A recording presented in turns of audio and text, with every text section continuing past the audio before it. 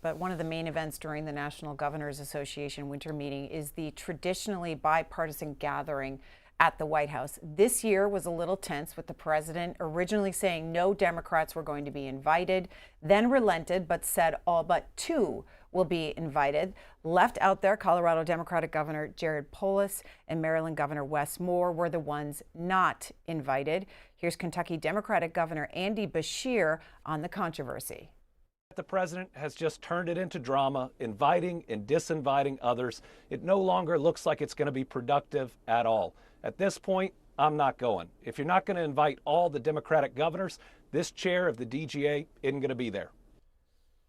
Governor Meyer, are you going? I'm not going. I agree with Governor Beshear. It's shameful. The whole point of the dinner is for us to put our partisan rhetoric aside. Let's talk about results for the country. Let's sit down the way Governor Armstrong and I do. Let's sit down the way Kirsten, his wife, and Lauren, my wife, do, and talk as Americans and work together. When you say, I like you, but I don't like you, that's not acceptable. And in addition, for the president, who tweeted this week about how great Jesse Jackson was and honoring his memory, the day before that, he disinvites or refuses to invite the only black governor in the United States to his house for dinner for no apparent reason. It's truly disrespectful. I would think that no governor should go, not Democrat, not Republican. Governor Armstrong, should you decline the invitation? Absolutely not. When we get invited to the White House, we go. I'm not a huge fan of the Christmas parties. I just would rather get home. And my wife, even under President Biden, when you're invited to the White House, you go to the White House.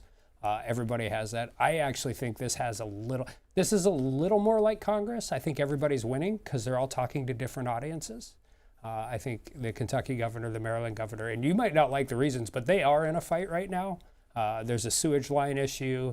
They obviously have some redistricting issues going on in Maryland at home. I think this reminds me a little bit more of how the partisanship worked in Congress. I think the White House is doing what they're doing, and I think the governors who are responding are talking to a different audience necessarily than President Trump is. Is it distracting, though, from your mission here as governors in Washington? I don't think so. I mean, we like to take down the temperature amongst each other, but it's still a partisan town. It's still Washington. It's still that stuff's going to play. I mean, two of the three governors we're talking about are very much being talked about as next presidential candidates for your party in 2 years. And I think if I was going to run in a Democratic primary, this is a fight I'd want to pick.